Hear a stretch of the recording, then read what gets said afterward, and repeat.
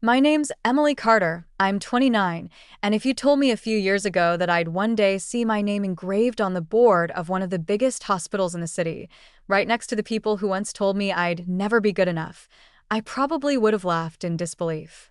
Because back then, I was just a broke, exhausted medical resident running on caffeine, broken confidence, and the smallest sliver of hope that maybe, just maybe, I wasn't wasting my life chasing a dream that everyone around me thought was impossible. I still remember that one sentence that changed everything: "You'll never be a real doctor." It came from Dr. Matthew Hayes, the senior surgeon everyone admired, the man whose words could make or break careers. And the worst part? I once looked up to him. I thought he was the kind of mentor who would help me grow, not the kind who would humiliate me in front of an entire team for making a minor mistake during my internship. That day, when he said those words in front of the nurses, the residents, and even a few patients, I felt something inside me harden. Not into anger, but into determination. That humiliation burned deep enough to rewrite my entire life. I still remember standing in that cold, sterile operating room, my hands trembling as he pointed at me with that cruel smirk. "You'll never make it here, Carter. Maybe you should look for something less demanding." The laughter from the other residents echoed in my head long after the shift ended. That night, I went home, sat on the edge of my bed, and stared at the cracked wall of my small rented apartment, wondering if he was right. I was a girl from a middle-class family, no fancy connections, no legacy in medicine, just a girl who had worked 3 part-time jobs through med school to afford tuition. Maybe I really wasn't meant to stand among those people. But then something changed. I opened my laptop, pulled up the list of upcoming medical research programs, and told myself that if I had to burn through every ounce of strength I had left, I would. I didn't want revenge, not yet. I just wanted to prove, even if only to myself, that his words wouldn't define me. And if you're watching this right now, tell me in the comments where you're watching from, because I promise, no matter where you are, what you've been told, or how many people doubt you, there's always a moment that flips the entire story around. Rate this story at the end because you might find a bit of your own fight in mine. The next morning, I walked into the hospital with a new kind of silence inside me. Not the silence of defeat, but of focus. I stopped trying to blend in, stopped waiting for approval. Every insult, every snide smirk from Dr. Hayes, every whispered comment from the residents about how I got lucky being here, I stored it all somewhere deep. My life became a cycle of grueling shifts, sleepless nights, and endless studying. I volunteered for the cases no one wanted, stayed for extra hours to assist surgeries when others rushed home. I even shadowed doctors in departments I wasn't assigned to learn what they knew. Some nights, I'd be so tired that I'd fall asleep sitting in the locker room, my head resting on my stethoscope. And still, when dawn came, I'd get up, tie my hair back, and go again. I didn't complain. I didn't talk. I just did. Slowly, things began to shift. Nurses began trusting me more. Junior doctors started asking for my help. I wasn't just surviving anymore. I was growing into something unshakable, but Dr. Hayes never changed. He seemed to take my quiet persistence as a personal challenge. If I presented a diagnosis, he questioned it in front of everyone. If I made a correct call, he dismissed it as luck. Once, during rounds, I caught a complication he had missed, a detail that could have cost a patient his life. The silence that followed was heavy, and though the patient survived because of my quick intervention, Dr. Hayes barely acknowledged it. Later, he cornered me in the hallway, his voice dripping with condescension. "Don't let this go to your head, Carter. You just got lucky again." I looked him dead in the eye and said, "Maybe.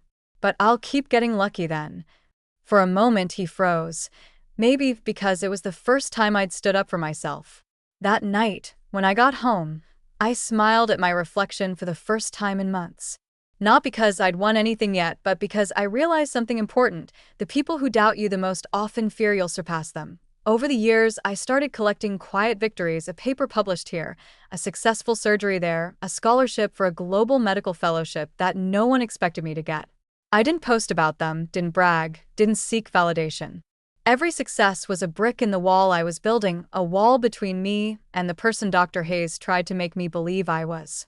And when the invitation came, the letter from the hospital board offering me a position in advanced neurosurgical research, I sat there holding it in trembling hands, realizing I'd crossed a line no one thought I could. From that moment on, my journey stopped being about proving him wrong. It became about proving myself right. When I walked back into St. Gabriel's Medical Center 3 years later, everything felt different. The same hallways that once echoed with my quiet footsteps now seemed to hum with recognition. My heels clicked on the marble floors that used to intimidate me, but this time, the nurses smiled, the interns nodded, and the reception staff greeted me with warmth I had never known before. Because now, I wasn't walking in as Dr. Hayes' resident. I was walking in as Dr. Emily Carter, Director of Advanced Neurological Research, and one of the youngest members ever appointed to the hospital's board. My name was engraved on a brass plate outside the boardroom door, the same name he once said would never belong in this building. It was poetic in a way. The hospital had grown, and so had I, but some things hadn't changed. The air still carried that sterile chill, the smell of antiseptic still clung to the walls, and somewhere down those same corridors, I knew Dr. Hayes was still there. Older, maybe more respected, but as arrogant as ever. That morning, I arrived early for the board meeting, a folder tucked under my arm. It contained proposals for new medical training programs, ones that focused on supporting young doctors from underprivileged backgrounds. People like me, who had to fight twice as hard just to stand in the same room. As I walked into the meeting, I saw him, gray hair now dusting his temples, but the same sharp, dismissive eyes. He was seated at the far end of the table, reading through his notes, completely unaware that I was walking toward him. For a moment, I just watched him, remembering every cutting remark, every moment of doubt he planted in me. Then, when he finally looked up, his expression froze. He blinked once, twice, as if his brain couldn't quite process what he was seeing. "Dr. Carter?" he said slowly, voice low, uncertain. "You're on the board?" I smiled, a calm, professional smile that hid years of swallowed pain. "Good morning, Dr. Hayes. Yes, I was appointed last week. I'll be leading the new surgical initiative." The silence that followed was almost beautiful. You could feel the balance shift, the kind of moment you dream about but never think will actually happen. He tried to recover, forcing a tight smile, but I could see the flicker of disbelief in his eyes. For years, I had imagined what I'd say to him when this day came, but now that it was here, I didn't need to say anything cruel. I didn't need revenge in words. The truth was already louder than anything I could ever say. As the meeting began, I presented my research proposal, my voice steady, confident, the kind of voice I used to envy in others. Every member nodded, asked questions, took notes.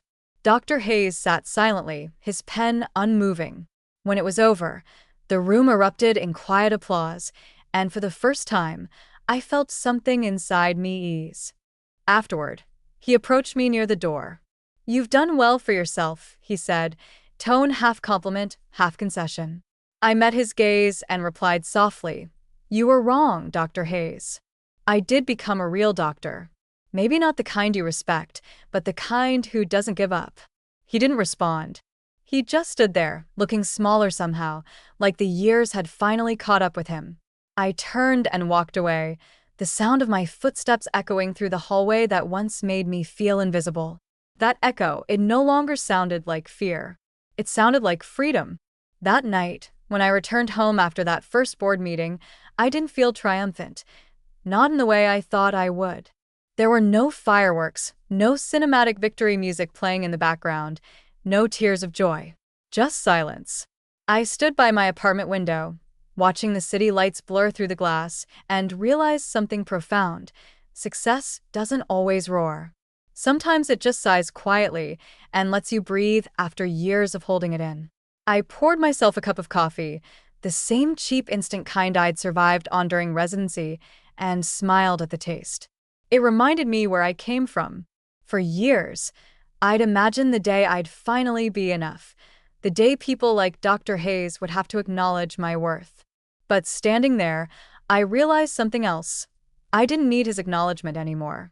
Somewhere along the way, my revenge had turned into healing. I no longer wanted to prove him wrong. I just wanted to be the kind of doctor who never made another student feel the way he made me feel. That I started mentoring young women in medicine, especially those who came from small towns or struggled with self-doubt. One of my ments, a bright girl named Ava, once confessed, "Sometimes I feel like I'm not cut out for this." I smiled and told her, "If you didn't belong here, life wouldn't have put you in this path." Those were words I wish someone had said to me back then. Watching Ava grow reminded me how cycles of cruelty can be broken, not by revenge, but by kindness and guidance. Every time I saw a student overcome fear, every time a young doctor stood their ground in a room full of skeptics, I felt like a part of me was being rewritten, piece by piece, but there were still moments when the past tried to claw its way back. Late nights in the hospital corridors, when the air was thick with exhaustion and the beeping of monitors felt too familiar, I'd sometimes remember those humiliating days and wonder, what if I had given up? What if I had listened? The thought always chilled me, because so many people do give up. They let voices like his silence their dreams. That's when I started writing journals, notes, reflections, stories of struggle and resilience. It wasn't for fame or recognition. It was for every girl who had ever been told she wasn't enough, every woman who had ever been underestimated in a room full of men who thought authority was theirs by default. Then came a day I'll never forget. The hospital held a ceremony to honor doctors who'd contributed to groundbreaking research. I didn't expect much. I was focused on my patients, my students, my quiet victories. But when the announcer read out my name, Dr. Emily Carter, for her leadership in surgical innovation and mentorship programs, the room erupted in applause. And there, among the audience, I saw Dr. Hayes standing at the back. He wasn't smirking. He wasn't dismissive. He was clapping. Slowly, almost reluctantly, but genuinely. That single gesture didn't erase what he had done, but it did close a chapter that had been open far too long. When the applause died down, I looked up at the board behind me where my name shone in gold letters, Dr. Emily Carter, MD, FACS, and I thought of my younger self, trembling in that operating room, too afraid to speak. I wished she could see this moment. I wished she could know that every tear, every sleepless night, every insult was shaping her into the woman standing here today. So to anyone watching this right now, maybe you've been told you're not enough. Maybe someone powerful tried to define your limits. Let me tell you, they're wrong. You get to write your own ending. And if this story touched something in you, rate it, share it, and tell me in the comments where you're watching from, because stories like these belong to all of us. I remember the exact day I realized I was no longer the same girl who had once cried in a hospital stairwell after being told I wasn't cut out for this field. It was during a board meeting at St. Helena General Hospital, my hospital now. My name was on the door, on the letterheads, on every staff badge in the building. Dr. Elizabeth Carter, Chief Medical Director. It looked surreal every time I saw it printed in black ink. The walls that once echoed with whispered doubts about me now resonated with the confident rhythm of my heels as I walked through. I had worked tirelessly for years, often sleeping in my office, juggling back-to-back surgeries, administrative meetings, and lectures for medical students. Every sleepless night, every harsh word, every moment of condescension had built me into the woman I was now.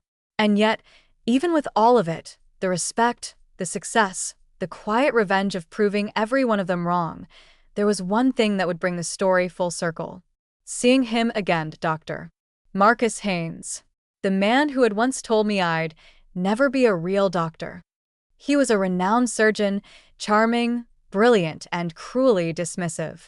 When I was a resident under his supervision, I had idolized him at first. Everyone did. But he had a way of breaking people, of finding their insecurities and pressing until you cracked. I still remember his voice during my 3rd week of residency. "Carter, maybe you should consider pediatrics or, better yet, stay home and bake cookies." He said it in front of everyone. The room had filled with laughter, and I had felt something inside me twist and burn. That humiliation had lived with me for years, transforming into fuel, sharpening every decision I made. I swore that one day, I'd stand where he stood, and he'd have to look up to me. And now, that day was here. He walked into the hospital one morning, older but still carrying that same smug confidence. He was applying for a senior consultant position after his previous hospital downsized. My HR had sent me his file, not realizing who he was to me. When I saw his name, I sat there frozen for a moment, the irony almost poetic. Fate had such a dark sense of humor. I approved the interview immediately, but didn't reveal who I was. I wanted to see the look on his face when he realized. The day of the interview arrived, and as he walked in, our eyes met. He looked at me with polite curiosity, clearly not recognizing me at first. "Good morning," I said, my tone calm, steady.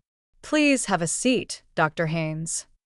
It took him a few seconds before his eyes widened, a flicker of recognition dawning on him. "Elizabeth Carter," he said, his voice uncertain.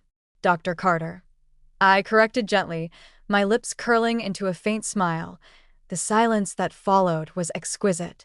You could almost hear his ego collapsing in slow motion. I asked him the standard interview questions, maintaining perfect professionalism, though my heart was pounding. Every word felt like reclaiming a piece of power he'd stolen years ago.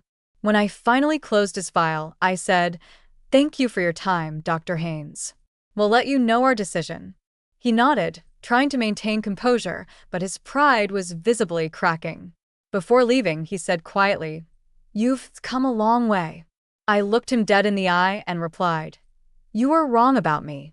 I am a real doctor, and now I'm the one deciding who gets to work here." He didn't have a comeback for that. After he left, I sat in my office for a long time, replaying that moment. It wasn't about vengeance anymore, not really. It was about closure, about proving to myself that I had survived the fire and emerged forged stronger than ever. I thought about how many women were still out there, hearing the same dismissive voices I once did, being told they weren't good enough, smart enough, strong enough. I wanted them to know that it's okay to let that pain become your motivation, that it's okay to turn every insult into a reason to rise higher. Success isn't always loud or glamorous. Sometimes it's just sitting across from the person who doubted you and not needing to say, "I told you so," because your existence says it louder than words ever could. If you've ever been underestimated, if someone ever made you feel like your dreams were too big, then this story is for you. And before I end this part, I want to ask you something. Where are you watching from? Drop your city or country in the comments below. I love seeing how far these stories travel. And if you've ever proven someone wrong by simply becoming who they said you couldn't be, rate this story out of 10. Because sometimes the sweetest revenge isn't about payback. It's about living your life so successfully that they have to whisper your name with respect. That night, long after everyone had left the hospital, I stayed in my office staring out of the wide glass window overlooking the parking lot below. The hum of the city felt distant, like a lullaby I wasn't ready to fall asleep to. My reflection stared back at me in the glass, the composed, confident woman the world saw. But beneath that calm surface, I felt a quiet storm brewing. I thought about Marcus's face during the interview. The confusion, the regret, the faint tremor in his voice when he realized who I was. A part of me had wanted to savor that moment forever, to let the satisfaction wash over me like justice finally delivered. But another part, the doctor, the woman who had taken an oath to heal, not harm, whispered something softer. "Don't let him live rent-free in your heart anymore." Revenge, I realized, might feel powerful, but it also chained you to the past. And I didn't want to live there anymore. Still, I couldn't shake the memory of what he'd done. The way he used to talk down to me, dismiss my work, humiliate me in front of my peers. Those wounds didn't just fade, they left scars. Deep ones that shaped how I walked through every door after that. He had been more than just a bad mentor. He had been a wall I had to climb, brick by brick, while bleeding from my own hands.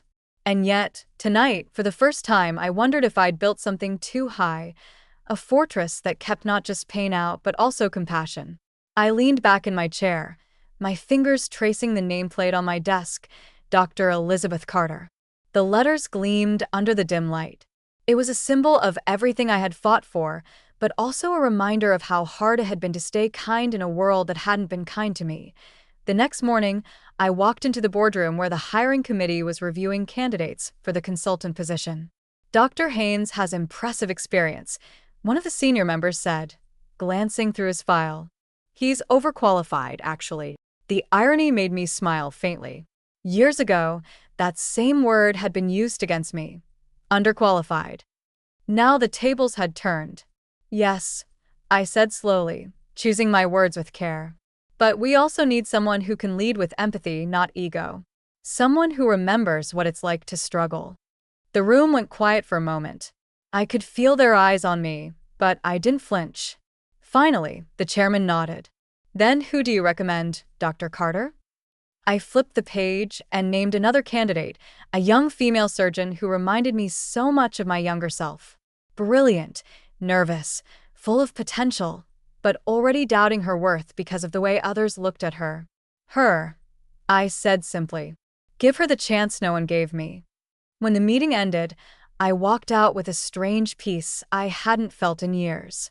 I wasn't angry anymore. I didn't need Marcus to fail. I just needed him to see that I had succeeded without becoming like him. That was my real victory. As I passed through the hallway, I saw him waiting by the reception desk, holding a manila folder in his hand. He looked up when he saw me, and for the first time, his eyes didn't carry arrogance, just humility. You're not hiring me, are you? He said quietly. I shook my head. No, Dr. Haynes. But I wish you the best. He hesitated, then gave a small nod. You deserved better back then, he admitted, his voice low. And I'm sorry for the way I treated you. Those words caught me off guard. I had imagined that apology so many times in my head, but hearing it in real life felt different. Quieter, gentler, almost fragile. I nodded once, not out of pity, but out of closure. Thank you, I said simply. Take care of yourself. And then I walked away. No grand speech, no dramatic music, no victory dance. Just the soft sound of my heels echoing through the corridor, carrying the weight of a woman who had finally set herself free. Later that evening, I found myself at home, sitting by the fireplace with a glass of wine. My cat, Luna, curled up beside me as I scrolled through the messages on my phone. Hundreds of congratulatory texts, messages from colleagues and friends who looked up to me. But one message stood out, from the young surgeon I had recommended. Thank you, Dr. Carter. You don't know what this means to me. I smiled at the screen and whispered, Oh, I do. More than you'll ever know. Months passed, and life at the hospital began to take on a new rhythm, one that felt more aligned with the kind of leader I had always dreamed of becoming. Every morning when I walked through those polished glass doors, the air carried not just the hum of machines or the sterile scent of disinfectant, but the energy of people who genuinely cared. The interns who used to lower their eyes when senior doctors passed by now greeted me with warmth and confidence. I'd often stop by the break room just to ask how they were holding up, especially the young women who looked overwhelmed by the endless demands of medicine. I saw myself in them, the exhaustion behind their smiles, the silent battles they fought trying to prove that empathy didn't make them weak. You can be kind and still be in control, I would tell them. You can lead without raising your voice. You can heal others without breaking yourself. One afternoon, I held a seminar for the hospital's new residents titled Beyond the Scalpel, Healing the Healer. It was something I had always wanted to do, to speak openly about burnout, bullying, and the quiet war waged behind the hospital walls where ambition sometimes crushed compassion. When I walked onto that stage, I wasn't just Dr. Carter, the board member or the surgeon. I was Elizabeth, the woman who had once cried in a supply closet because a superior told her she'd never make it. I began with my story, not to seek pity, but to show that resilience was possible. I told them about Marcus, about the years of self-doubt, and how I almost let one man's words define my worth. The auditorium was silent. Then, someone in the back raised a hand, a young man, maybe 26. Dr. Carter, he said, voice trembling slightly, how do you forgive someone who doesn't think they need forgiveness? I paused, letting the question sink in before replying softly. You don't do it for them. You do it for you. Because peace isn't a gift they give you. It's a choice you make every single day. After the seminar, a group of interns stayed behind to talk. They shared their stories. One had been mocked for her accent, another for taking maternity leave, another for reporting harassment. I listened to every word, my heart tightening with each confession. But I also felt a spark, a collective strength rising from their pain. These women weren't broken. They were building something together. That day, I made a decision. I created a mentorship program called She Heals, aimed at helping young female doctors navigate not just their careers, but their confidence. Within months, the program grew beyond the hospital, spreading to clinics and medical schools across the state. What began as my small act of defiance against injustice became a movement that gave others a voice. One morning, I received a letter in the mail. It was from Marcus. My breath caught as I opened it. Inside was a short, handwritten note. Dear Elizabeth, I've started volunteering at a free clinic downtown. I thought of your words about empathy and purpose. Maybe I was wrong about what success means. Thank you for showing me what real leadership looks like. I stared at the letter for a long time, emotions swirling, surprise, disbelief, and finally, peace. It wasn't about him changing, it was about how I had changed. I placed the letter in my desk drawer, not as a trophy, but as a quiet reminder that even those who once hurt us can learn, if we stop carrying the bitterness long enough to let the world teach them. That evening, I walked through the pediatric ward, where one of my patients, a little girl recovering from surgery, smiled at me through her oxygen mask. Are you an angel? She whispered, her tiny hand reaching toward mine. I smiled back, feeling tears well in my eyes. No, sweetheart, I said softly. Just someone who once forgot how strong she was. As I turned to leave, her mother caught my arm. Thank you, Dr. Carter. You saved her life. I looked at them both and realized that's what this journey had always been about. Not revenge, not recognition, but healing in every sense of the word. So, to everyone watching this, tell me, have you ever turned your pain into something powerful?